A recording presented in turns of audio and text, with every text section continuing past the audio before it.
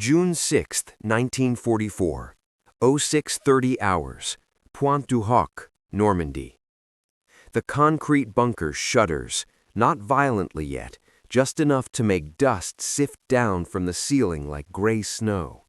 Somewhere out beyond the cliffs, naval guns are speaking in low, rolling thunder.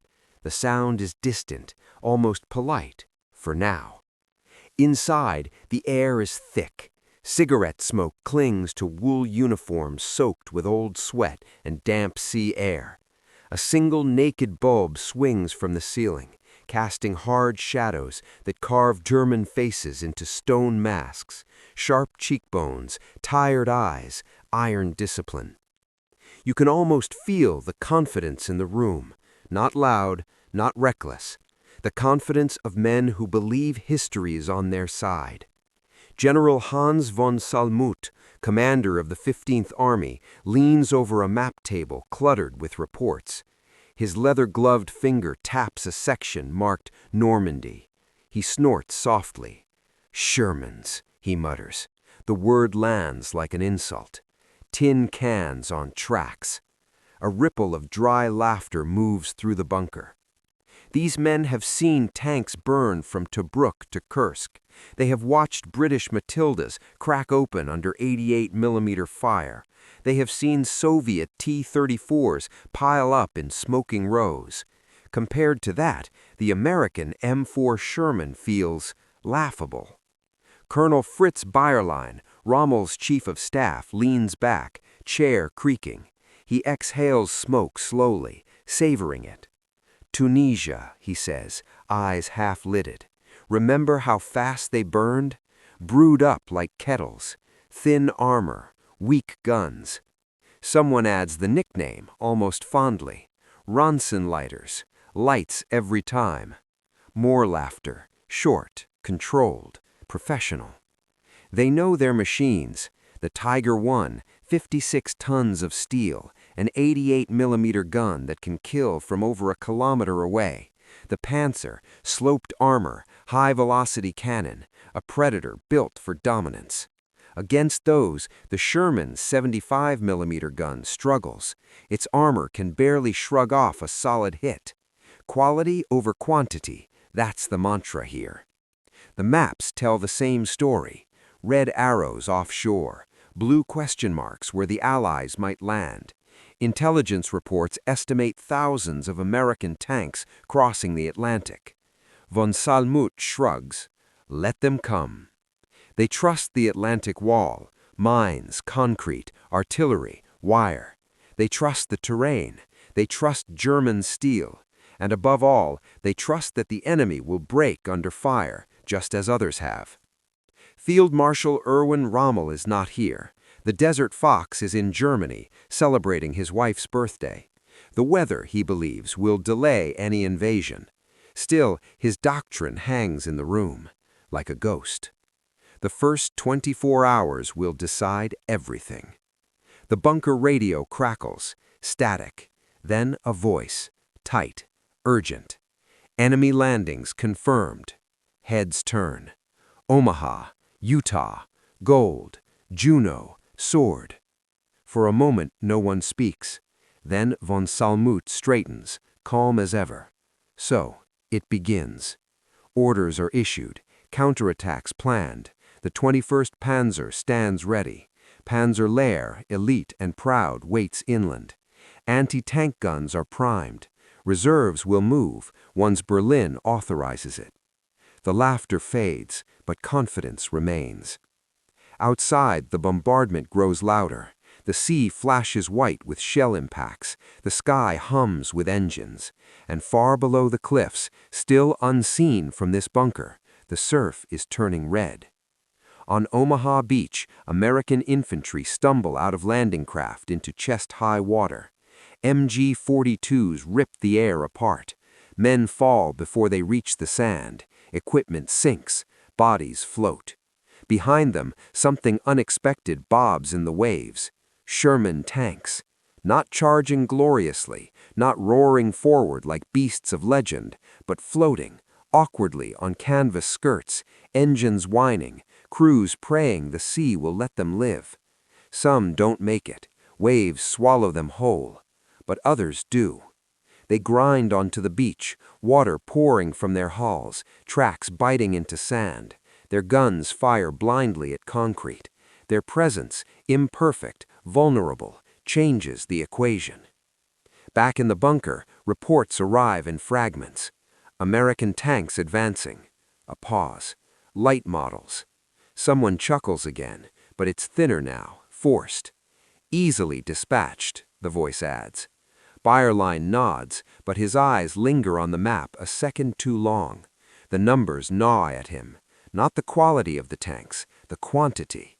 What if the Americans don't fight like Europeans? What if they don't stop coming? Overhead, the sound changes. A new note joins the bombardment, sharp, aggressive. Aircraft. Allied fighters slice across the sky. P-47 Thunderbolts dive low, guns blazing. Positions thought safe erupt in dust and flame. The bunker shakes harder now. Dust coats the maps. Cigarette smoke hangs stale and bitter. Von Salmut clears his throat. They'll break, he says. They always do. But outside, the Shermans keep coming, one after another, burning, breaking, replaced.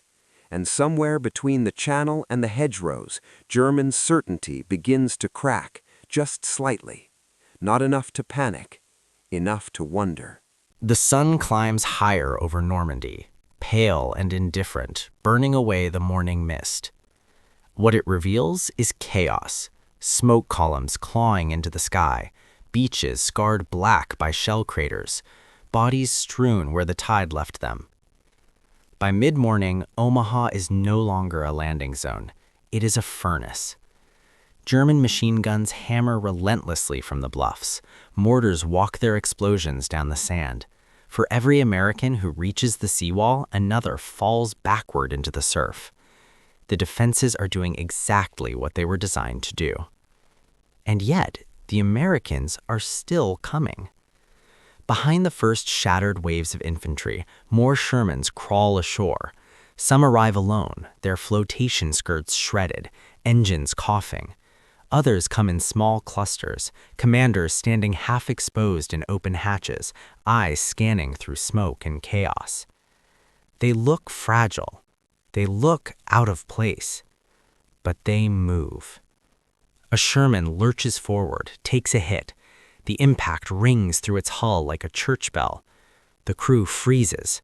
Then the engine revs again. The tank keeps going. Infantry surge behind it, using its bulk as a moving wall. This is not how German doctrine imagines tank warfare. This is not a duel between armored knights on open ground. This is attrition. Up on the bluffs, POC-40 anti-tank guns fire point blank. One Sherman erupts in flame. Another slews sideways, tracks broken. The crews bail out, some on fire, some already dead. But for every tank destroyed, another grinds forward. Back inland, German forward observers report the same unsettling pattern. Yes, they burn, one officer says over the radio, but they keep advancing. In the German command bunker, the tone shifts. Still controlled, still professional, but the jokes are gone. Bayerlein stands over the map now, no longer seated. He traces the American advance routes inland, thin lines at first, then thicker, bolder. The 352nd Infantry Division is holding, but only barely. Their ammunition is finite. The enemy's is not. The first German armored elements begin to move. A Panther company pushes toward the sound of battle, engines growling, crews confident. When they meet Shermans near the outskirts of the beachhead, the outcome is predictable at first. Panthers fire from long range. Shermans explode, their thin armor no match for the high-velocity German guns. German crews cheer inside their turrets. This is the fight they trained for. But the Americans do not retreat. Instead, more Shermans appear, flanking, probing, drawing fire. And above them, the sky turns hostile. You can hear it before you see it. A deep, rising roar. P-47 Thunderbolts scream down out of the sun, rockets slung under their wings. They rake German columns, turning roads into firestorms. Panthers scatter, camouflage positions exposed by dust and smoke. The German tanks are powerful, but they are blind without air cover. By afternoon, the American beachhead begins to solidify. Engineers clear exits through minefields, artillery comes ashore, supply dumps form almost immediately, fuel, ammunition, replacement parts.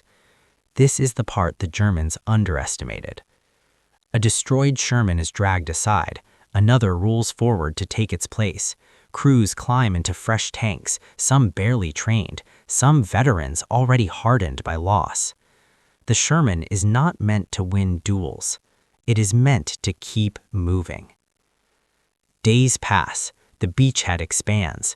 Hedgerows rise like walls, choking the advance. German defenders use them expertly. Ambushes, Panzerfausts, close-range kills. The Shermans suffer terribly. But again, numbers matter. American units adapt, field modifications appear, extra armor plates welded on, sandbags piled high. Infantry and tanks learn to move together, each protecting the other. The Germans fight brilliantly, desperately, but something is wrong. Every time a German position is overrun, another American unit appears behind it. Every time a Panther knocks out 3 Shermans, 5 more arrive. Bayerlein studies fresh intelligence reports. His finger stops tapping. He looks up slowly. "They are not stopping," he says quietly.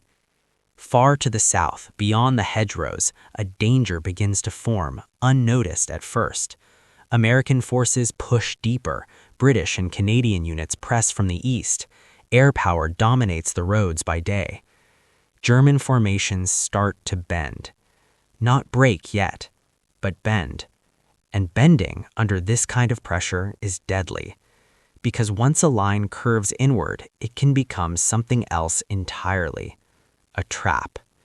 And the laughter that once echoed through the bunker is now replaced by something far more dangerous. Silence. Late June 1944. Normandy's countryside looks peaceful from the air. Green fields, neat farms, narrow lanes threading between ancient hedgerows. On the ground, it is a maze built for killing. The hedgerows rise 8, sometimes 10 feet high, thick earth embankments topped with centuries-old roots. To a tank crew, they are walls. To German infantry, they are fortresses. Shermans nose forward cautiously, guns probing the greenery. The moment one crests a hedgerow, a Panzerfaust detonates at point-blank range. Fire, smoke, screams inside steel hulls. German soldiers wait patiently in shadow, perfectly still, until the Americans are close enough to smell. Then they strike, fast, lethal, vanishing back into the green. For weeks, the advance slows to a crawl measured in yards and blood. From a distance, it looks like the Germans were right. The Sherman burns, again and again. German after-action reports are almost smug. Enemy tanks vulnerable in close terrain, high losses inflicted. But the reports leave something out. Every night, the Americans replace what they lost. You can almost feel the difference. German units sleep light, hungry, ammunition counted round by round. American units rotate, fresh men arrive, hot food, fuel trucks, engineers with new ideas. One of those ideas changes everything. A young American sergeant watches another Sherman die trying to climb a hedgerow. He studies the problem not with doctrine, but with practicality. Soon, steel prongs cut from German beach obstacles are welded onto tank noses. They call them rhino tanks. Instead of climbing hedgerows, Shermans now punch through them, exploding out of the greenery like steel beasts. German ambushes collapse in seconds. Fields once lethal become corridors. The Germans adopt, of course. They always do. Panthers lurk at intersections. Tigers dominate open ground when they can find it. In tank versus tank fights, German steel still wins more often than not. But there are fewer of them now. Fuel shortages worsen, spare parts vanish, crews cannibalize wrecks just to keep a single tank running, and the sky never belongs to them. By day, any movement draws fighter bombers. By night, artillery hunts German positions relentlessly. Inside German command posts, the tone is no longer dismissive, it is strained. Rommel returns to France and sees it for himself.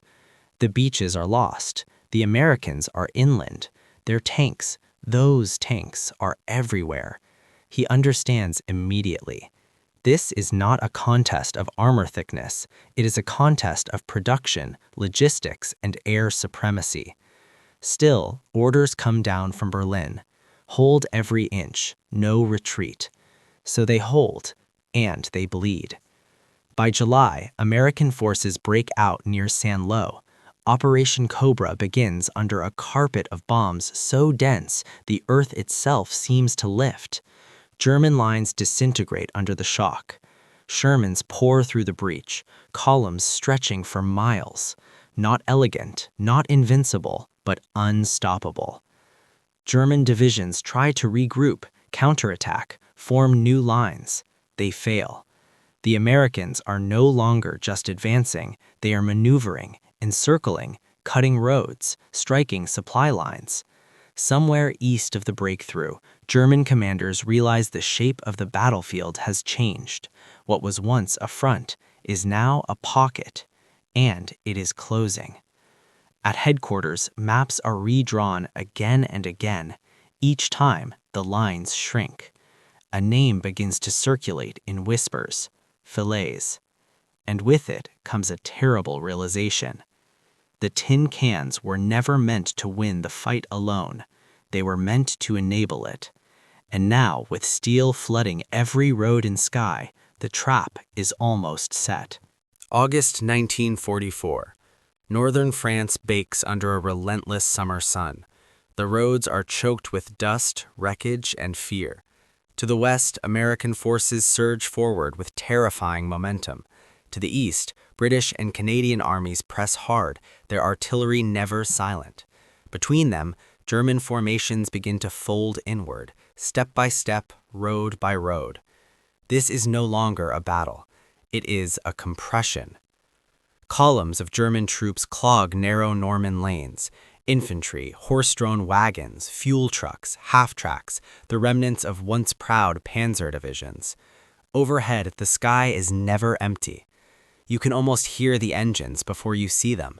Allied aircraft circle like birds of prey. Mustangs, Typhoons, Thunderbolts. They dive again and again, rockets tearing through convoys, machine guns stitching metal and flesh together. Vehicles burn where they stop. The smell of fuel and death hangs thick in the air. On the ground, Sherman tanks advance relentlessly. Not charging, not dueling, advancing. They block roads, they cut off crossings. They appear at villages German units believed were still open. Their radios crackle constantly. Coordination, updates, orders flowing faster than German command can react. A German officer peers through binoculars at an approaching column of Shermans. He counts silently. 10, 20, more behind them. There are panthers here, tigers too. They fight viciously. At Villers-Bocage, German armor still proves deadly in the right hands, but those moments are flashes, brilliant, brief, and irrelevant to the larger collapse. Fuel runs out, ammunition dwindles, tanks are abandoned intact, crews blowing them with grenades before fleeing on foot. The roads around Falaise, Trun, and Chambois become killing grounds. Wrecked vehicles line both sides, twisted and blackened. Dead horses lie bloated in the heat. German soldiers move only at night now, exhausted, hollow-eyed, listening to aircraft even in their sleep. Inside the shrinking pocket, command and control disintegrates. Orders arrive too late or not at all. Radios are destroyed. Staff officers are dead or missing. The famed German operational brilliance has no room to breathe. And still, the Shermans come. They appear on ridgelines at dawn, at crossroads by dusk, at escape routes just hours before German columns reach them. Each Sherman is replaceable. Each German loss is permanent. Some German officers finally say it aloud. We underestimated them. Not the tank, the system behind it. America's factories are working 3 shifts. New Shermans roll off assembly lines as fast as old ones burn in Normandy. Crews are trained, shipped, deployed with ruthless efficiency. Airfields spring up behind the front. Fuel flows like water. German generals had prepared for a battle of skill and steel. They are fighting an avalanche. By mid-August, the pocket begins to close. Canadian and Polish forces seize the high ground. American units link up. The exits narrow to a few shell-torn roads under constant fire. German soldiers make desperate dashes through open fields, abandoning everything that slows them. Some succeed, many do not. From the air, the Falaise pocket looks like a graveyard of metal. Thousands of vehicles wrecked, entire divisions erased. The stench carries for miles. And threading through it all, dust-covered, scarred, dented, are Sherman tanks. Some bear fresh welds, some replacement turrets, some patched holes where armor once failed. They are ugly, functional, ubiquitous.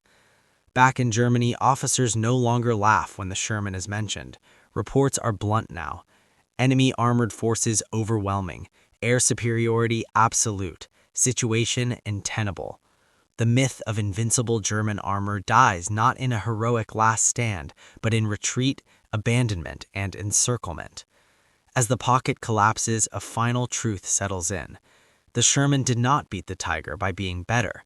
It beat it by being everywhere. And as the last German columns break apart in the fields of Normandy, the Western Front is effectively lost. But the meaning of that loss, what it reveals about modern war, has yet to fully sink in. Late August 1944.